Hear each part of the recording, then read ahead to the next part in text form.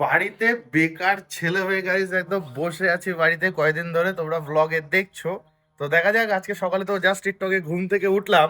ঘুম থেকে উঠে একটা ফোন এসছে কাজের। কাজে যেতে হবে এক জায়গা বিকির সাথে, দোস্ত যেই পুরনো, প্রায় 1 বছর আগে ব্লগে দেখেছিলে তোমরা আমার, যে প্রতিদিন বিকির সাথে সকালবেলা কাজে যেতাম সোলারের কাজে। তো সেই কাজেই যাওয়ার জন্য আমাকে আজকে বললো। তো ডিল হলো আমার সাথেও। তো এখন বলছে যাওয়ার জন্য, তো আমি ওর জন্য গাইস কিন্তু চাঙ্গাভাবে রেডি হয়ে গেছি সকালবেলা। তো hello friends, welcome back to my YouTube channel and দোস্ত এক্সক্লুসিভ ব্লগে তোমাদের সবাইকে স্বাগত জানাই। তো আজকের ভিডিও এখান থেকে শুরু করছি, তো স্কিপ না করে পুরোটা দেখতে থাকো, আশা করি মজা হবে। আমি তো রেডি হয়ে গেছি এখন, কিন্তু কাজে কারে নিয়ে যাবো, কি রানিরে নিয়ে যাবো কি বেবিরে নিয়ে যাবো এখন ডিসাইড করা হয়নি। কাজের উপর ডিপেন্ড করছে, কোথায় কাজে যাচ্ছি সেটার উপর ডিপেন্ড করছে। কারণ বেবি হচ্ছে আমার লাক্সারি লাইফ, আর রানী হচ্ছে আমার নর্মাল কাজের জন্য, দোস্ত এই হচ্ছে ঘটনা। তো আমি তো রেডি হয়ে গেছি, তো বিকির এখনো কোনো খবর নেই, দেখি ফোন করে দেখি কি বলছে ও আপাতত। বিকির সাথে কথা হলো জাস্ট আবার একটু আগে, তো বিকি বললো ও আসছে, ও 5 মিনিটে রেডি হয়ে আসছে। আমি গাইজ রানীরে বের করতে লাগি, বেবিরে নিয়ে যাওয়া যাবে না, কারণ বেবি গাইজ তেল বেশি খায়। আর ওটা শখের গাড়ি, কাজের ক্ষেত্রে না ইউজ করে বেটার। তো গাইজ রানীরে বের করবো, রানীরে বের করে দেখাচ্ছি, আর তত সময় বিকি আসতে লাগুক আমার কাছে। রানীরে বের করে নিয়েছি দোস্ত একদম সুন্দরভাবে, আর অনেকদিন পরে কিন্তু রানীরে আছে ড্রাইভ করবো, আর বিকিও চলে এসছে হেলমেট হাতে নিয়ে। তো আমরা এখন আস্তে আস্তে বেরোবো। আমি আর বিকি দুজনেই কিন্তু গাইজ বেরিয়ে পড়েছে দেখতে পাচ্ছ, আর আমি কিন্তু হেলমেট পরে নিয়েছি কারণ সেফটি ফার্স্ট। আর বিকি এখনো হেলমেট পরেনি, তার কারণ ও বলছে এখানে পুলিশ ধরে না। আমরা এখন যাচ্ছি গাদামারা দিকে দোস্ত, আমরা গাদামারা হয়ে আবালসিদ্ধি হয়ে যাব হচ্ছে কাকিনাড়া। ওখানে একটু একটা বাড়িতে কাজ আছে, ওই কাজটা করে তারপরে আমরা আমাদের অন্য উদ্দেশ্যে। আমরা এখন আছি হচ্ছে সাহেব কলোনি মোড় থেকে জাস্ট উঠলাম, এটা কল্যাণী এক্সপ্রেসওয়ে। এই এক্সপ্রেসওয়ে প্রচুর নাম আছে, প্রচুর নাম আছে দোস্ত। এক্সপ্রেসওয়েতে রাইড করে একটা আলাদাই মজা আসে, যারা জানে তারা জানে যে এক্সপ্রেসওয়ের কি মজা আমাদের কল্যাণীর। তো ওটা দিয়েই আমি কিন্তু রানীকে নিয়ে সোজা চলে যাচ্ছি কাকিনাড়ার উদ্দেশ্যে দোস্ত। সামনে গিয়ে আমরা ডান দিকে ঢুকে যাব, ডান দিকে গেলে কাকিনাড়া আমাদের ইজি হবে বাড়ির থেকে যেতে। না ও নৈহাটি থেকেও ঘুরে যাওয়া যায়, কিন্তু আমরা নৈহাটি থেকে একদমই ঘুরে যাব না। ওই সাইডে পুলিশের ঝামেলা থাকে, এই পাশে একদম ইজি রিল্যাক্সেই যাওয়া যায়। ফাইনালি কিন্তু আমরা চলে এসেছি কাকিনাড়ার, যেখানে আমাদের কাজ আছে ওইখানে একটা ব্যাটারি স্টোর, মানে যেখানে ইনভার্টারের কাজ হয়। এরা নিজেরা কিন্তু ইনভার্টারের কাজ করে, টোটো বিক্রি করে, সেইখানেই কিন্তু আমরা ইনভার্টার ইনস্টল করেছি, সেইখানেই কাজে এসে এসেছো। ওই পাশে জেনারেটর আছে, জেনারেটর মানে এটা যারা ইনভার্টারের কাজ করে জানে ওইটা। আর এই পাশে লাইন জোড়া হচ্ছে।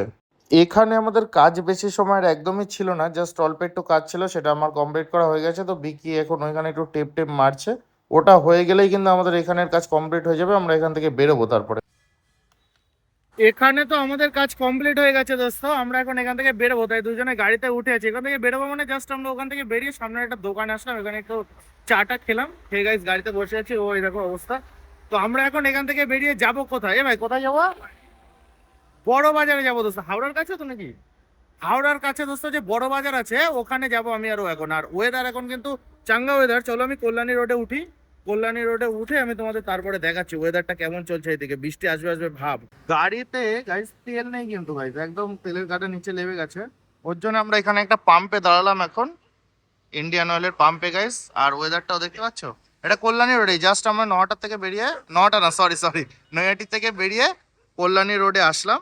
এসে গাইস ডান পাশে বা পাশে একটা রয়েছে ইন্ডিয়ান অয়েল, এখান থেকে আমরা গাইস এখন তেল ভরবো। তার জন্য দাঁড়িয়েছি, টাকা পাঠানোর ওয়েট করছি আমরা এখন। আর ওয়েদারটা দেখো জাস্ট অসম। দেখো কালো মেঘ এইদিকে, আর এদিকে সাদা, কলকাতার এদিকে সাদা, এদিকে কালো।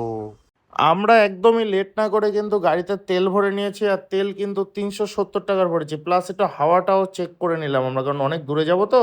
তেল ভরে কিন্তু আমরা একদমই লেট করিনি, সোজা কল্যাণী এক্সপ্রেস ধরে আমরা বেরিয়ে পড়েছি আমাদের গন্তব্যের স্থলে। ফাইনালি কিন্তু আমরা ঠিক 2টোর সময় পৌঁছে গেছি আমাদের গন্তব্যের স্থলে, চাঁদনি চকে দোস্ত, চাঁদনি চক।